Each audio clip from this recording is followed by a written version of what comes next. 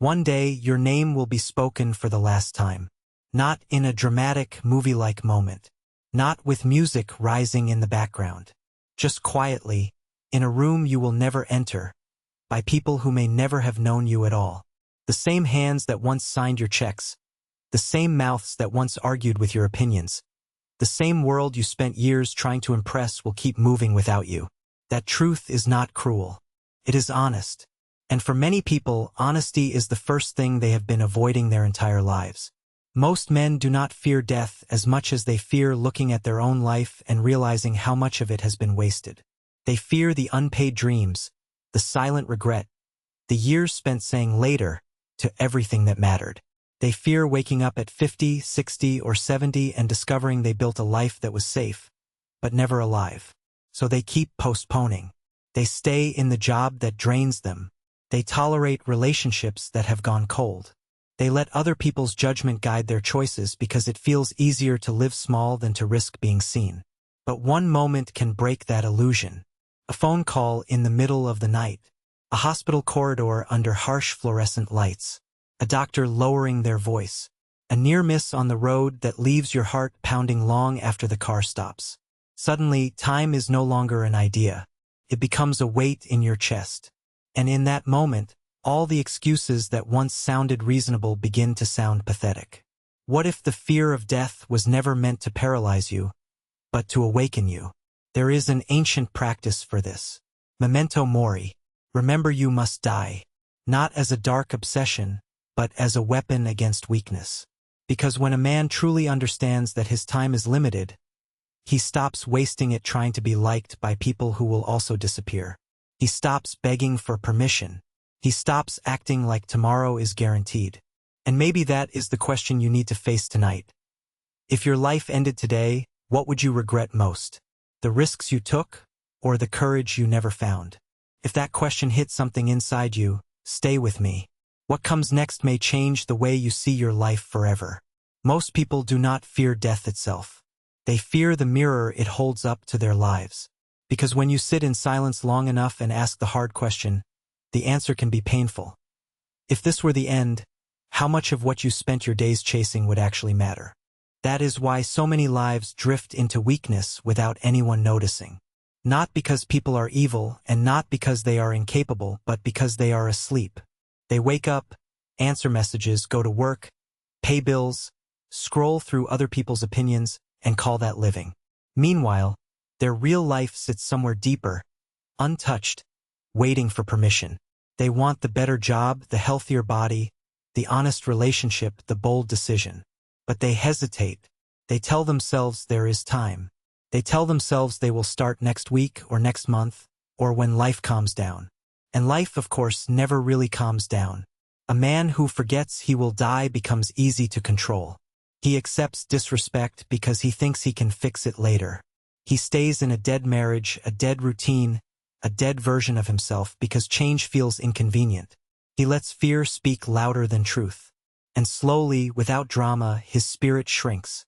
Not all at once. Just enough to make him tired. Just enough to make him compliant. Just enough to make him forget the sharper, stronger person he was meant to become. But mortality can wake you up. Sometimes it takes a hospital room. Sometimes a funeral. Sometimes the sound of a phone ringing in the middle of the night, and a sentence that divides life into before and after. In that moment, all the things that once seemed urgent collapse into dust. The argument, the embarrassment, the praise, the criticism, the small humiliation you were carrying around like it was heavy. Suddenly, you see it clearly. Time was never guaranteed. And because it was never guaranteed, every wasted day was a choice. This is where Memento Mori becomes more than a phrase. It becomes a discipline, a way of living with your eyes open. It does not make you cold. It makes you honest. It does not strip away joy. It removes illusion. And once illusion is gone, courage has room to grow. So ask yourself something simple and do not rush your answer. If you knew with certainty that your time was limited, what would you stop tolerating today? What conversation would you finally have? What dream would you stop treating like a luxury? And what life would you begin building before it is too late? Because the moment you stop pretending you have forever, You begin to live like a man who understands the value of every breath. Most people do not need more time. They need more truth. Because once a man finally understands that his days are numbered, something inside him changes. The excuses begin to sound childish. The fear of being judged by coworkers, neighbors, siblings, or strangers online starts to lose its grip. Why should the opinion of someone who is also headed for the grave control the direction of your life? Why should a weak voice in the room matter more than the quiet voice inside your own conscience? There is a kind of suffering that comes from living too long in denial. You see it in the man who stays in a job that drains his spirit because he is afraid to start over. You see it in the woman who has buried her dreams so deep that she no longer recognizes her own potential. You see it in the father who keeps saying someday while his children grow up before his eyes. And you see it in the one who knows he is unhappy, yet keeps choosing comfort over truth because comfort feels safer than change. But safety is often just a slower form of collapse. A wise man once said that we do not fear death itself as much as we fear not having truly lived. That is the deeper wound. Not the end, but the regret. Not the last breath, but the years wasted pretending there would always be another chance. A near tragedy can wake a person up in an instant. A hospital room, a funeral, a diagnosis, one phone call that splits life into before and after. Suddenly, everything unimportant falls away. The arguments, the pride, the image, the performance. Then only the essential remains. And when the essential remains, courage becomes possible. You start speaking more honestly. You stop asking for permission to exist. You begin to protect your time like it is sacred because now you know it is. You work with more intensity. You love with more presence. You forgive faster. You waste less of yourself on people and habits that make you smaller. If this idea is striking a nerve, good. That means it is touching something real. And if you are beginning to see how powerful this truth can be, stay with me. Because the next part will show you how remembering death can become one of the sharpest tools for building an unbreakable life. There is a strange kind of silence that settles over a person when they finally understand their own mortality. Not fear exactly. Something deeper. Clean, unsettling clarity. The kind that makes the noise of the world feel smaller. The kind that exposes every excuse for what it really is. Because once you accept that your time is limited, everything changes. The opinions that used to control you lose their power. The job you hate starts to look less like security and more like a prison. The promise that someday you will begin becomes embarrassing. Someday is a lie people tell themselves to avoid the discomfort of now. And this is where most men stay weak. Not because they lack intelligence, not because they lack potential, but because they live as if life will keep negotiating with them forever. They are waiting for perfect conditions, perfect confidence, perfect timing. They wait so long that years pass unnoticed. Then one day they look in the mirror and realize they have spent their life protecting a version of themselves that never truly existed. I once heard an older man say, "The grave does not care how ready you are." He said it quietly, almost like a confession. He had lost a friend suddenly, and something in him had broken open, not into despair, but into truth. He stopped wasting hours on meaningless arguments. He stopped begging for approval. He stopped treating his own dreams like a luxury. Death had not made him reckless. It had made him precise. That is the hidden gift of Memento Mori. It does not tell you to live in darkness. It tells you to stop sleeping. When you remember that your days are numbered, you begin to guard your attention like treasure. You become less interested in being liked and more committed to being useful. You speak more honestly. You act faster. You waste less of yourself trying to fit into rooms that were never built for your spirit. And perhaps that is why this truth is so uncomfortable. Because deep down, many people do know what they should be doing. They know where they are wasting time. They know which relationship is draining them. They know which habit is rotting their discipline. They know the life they have been avoiding. Death simply removes the fog and asks the question they can no longer escape. If not now, when? So pause for a moment and ask yourself that honestly. If today were your last ordinary day, what would you finally stop pretending not to know? What would you do before the sun went down?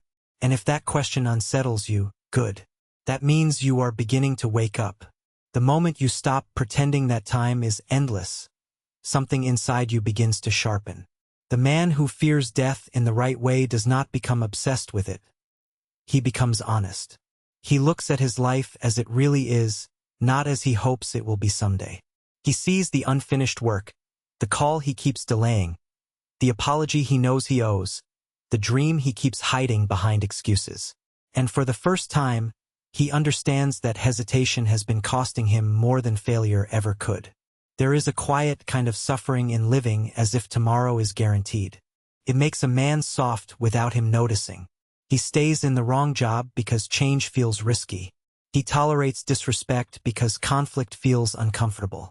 He says later so often that later becomes never. But mortality breaks that spell. It does not ask permission. It walks into the room like a stern teacher and says, "Wake up. You are not here forever. So what exactly are you waiting for?" A wise man once said that the problem is not that life is short, but that we waste so much of it trying to look unafraid. We sit in meetings where our soul is dying. We stay silent when truth should be spoken. We let other people define our worth, as if their approval could accompany us into the grave. But when you remember that every person you fear will one day vanish into the same dust, their opinions lose their power. Their judgment becomes smaller. Your mission becomes larger. This is where courage begins. Not in the absence of fear, but in the decision to move anyway. A father with responsibility on his shoulders. A woman who has spent years dimming her own light. A man who has become invisible in his own life. Each of them can reclaim something precious the moment they understand that death makes every wasted hour expensive. Every morning becomes a chance to choose dignity over comfort, action over fantasy, truth over performance. And if this message is striking something deep in you, good. It should. That discomfort is not your enemy. It is the sound of wakefulness returning. Ask yourself honestly, if your days were numbered, what would you stop doing today? Who would you stop trying to impress? What would finally deserve your full attention? Hold that question close because the answer may be the beginning of your real life. And in a moment, we will go one step further into the final lesson that turns this truth into action. And this is where the truth becomes either your prison or your liberation. Because once you stop pretending you have forever, everything changes. The arguments that used to drain you begin to look small. The fear of embarrassment, the need to be liked, the habit of waiting for the right moment, all start to collapse under one simple question. If my time is limited, why am I living like it isn't? A man who remembers death does not become reckless. He becomes precise. He stops bleeding his life into things that don't matter. He speaks more clearly. He acts with more honesty. He protects his energy, his family, his purpose. He understands that courage is not the absence of fear, but the refusal to let fear of judgment control the one life he has. Maybe you've spent years carrying quiet regret. Maybe you've stayed in the wrong place too long, accepted less respect than you deserved, or delayed a dream because you told yourself you would do it later. But later is not promised. Later is a luxury built by denial. And denial is expensive. Costs years. Costs peace. It costs the chance to become the man or woman you were capable of becoming. So take this seriously, but not with despair. With fire. Look at your life tonight and ask what would remain if the clock stopped tomorrow. Who would you call? What would you finally say? What would you stop tolerating? That question alone can wake up a soul that has been sleeping for decades. If this message hits something deep in you, then don't let it pass like every other warning you've ever heard. Give this video a like if you believe more people need to remember what really matters. And tell me in the comments, if today were your last, what is the first thing you would change? I read those words, and I know I'm not just speaking to strangers. I'm speaking to people ready to live awake. And if you want more truth like this, subscribe now, because the next message may be exactly what you need before life gives you another reminder.